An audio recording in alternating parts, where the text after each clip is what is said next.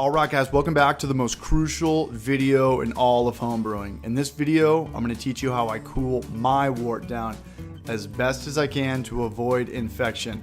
Shout out to my main man Sasquatchito. What's up, brother? Hope all is well down in South America. Okay, so there's a lot of ways to cool your wort down, but this is the way I do it. I remember back in the day, before I had my wort chillers, I would just stir the kettle in my sink filled with ice and water for 30 to 45 minutes. But those days are over because I bought some wort chillers. I don't have to keep filling my sink up with water and ice, freaking out that I might get some tap water or ice in my wort that can affect my beer. Okay, so we just boiled for 1 hour, killed the flame, and added our second and last hop addition. Now what do? Well, we need to cool it down as fast as possible to pitch our yeast at about 68 to 75 degrees, and right now it's at like 212. If we throw the yeast in right now, the heat will just kill the yeast, which means we'd be stuck with no alcohol. Fuck. But why do we need to get it down so fast? Well, we are okay if our heat is above 180 degrees because no bacteria can survive over 180 degrees. Anything under 180 degrees, our wort is vulnerable to infection. I think the general reference is you want to get your wort down to about 75 degrees in less than 45 minutes. With my wort chillers, I could get it down from 212 to 75 in about 18 to 20 minutes. First things first, become best friends with ice. Buy it if you have to, but I just fill up a ton of trays in the freezer. Buying ice is expensive, so just go to Walmart or on Amazon and buy a bunch of trays. The night before I brew, I'll fill up anything, a tray, a big plastic Tupperware container full of ice, just anything that won't crack. Plus, the more ice you use, the less water you're going to end up wasting. This is my fridge right now, but usually I'll prep triple the amount of this the night before brew day. Alright, so let's check out what I got going on here. I have a 50-foot copper, half-inch diameter wort chiller. I'm going to put in my 8-gallon kettle with the wort. It looks dirty, but it's clean. Clean your chillers with PBW or OxyClean. You can actually just use hot water. Rinse it well with hot water and throw it in your kettle. I put this chiller in the kettle right after I kill the flame from boiling. Some people like to put it in 5 minutes during boil, but it makes no difference to me.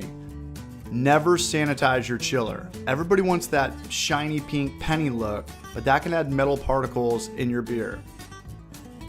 Okay, so I bought this on Amazon for $100 and it's really awesome. And I haven't had an infected beer since I bought it. So let's connect a silicone hose from my 50-foot chiller to my 20-foot chiller. This is actually 3/8 inner diameter. That's in my 5-gallon kettle.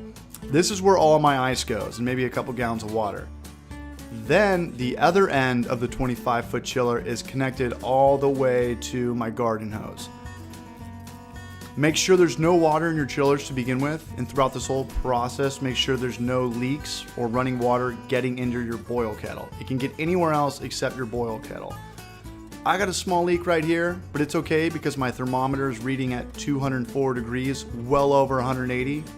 And make sure anything you put in your kettle, such as a spoon or anything 180 degrees, has to be sanitized.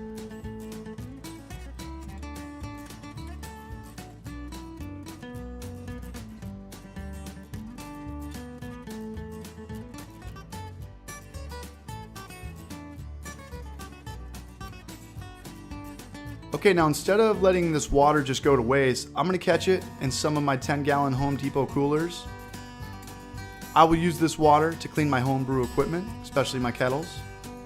This water never got dirty, it never touched beer, it's just clean tap water. When you see your thermometer to get stagnant, like it won't go down past 90 degrees, just keep adding ice and cold water back in that pre-chiller kettle. Ice, ice, baby.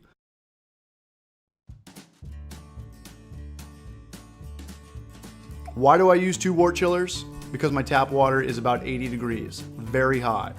When it runs through my ice water, it gets to about 50 degrees, which cools my wort down very fast.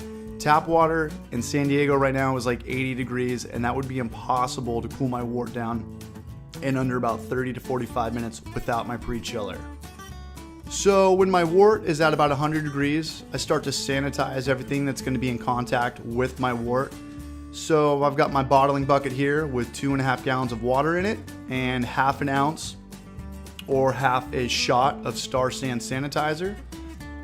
Throw in the hoses, the bungs, the airlocks, rip on your friends who showed up for brew day but didn't bring any beer, the funnel, strainer, etc. Just anything that comes in contact with your beer. So now let's drain the sanitizer into our carboy. Let's shake it up for maybe 30 seconds to a minute. Just make sure it hits all the inner surface area of your glass carboy, aka our fermenter. Now let's close the valve back on the bottling bucket and dump all of our Star San solution back in the bucket.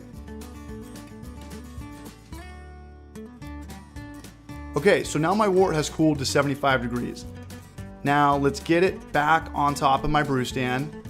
I'm gonna pour a little bit first into this. Check this really quick. This is how we are going to determine our alcohol by volume, but we're not gonna talk about that up until 2 videos down the road. Okay, so now crank the valve all the way open and let's get this wort into our carboy / fermenter. I use a sanitized funnel and strainer just to collect some sediment. You don't have to. You can use a hose. It can even be a plastic hose at this point because our wort isn't boiling. It's just 75 degrees. So make sure whatever hose you use or whatever you use is just sanitized.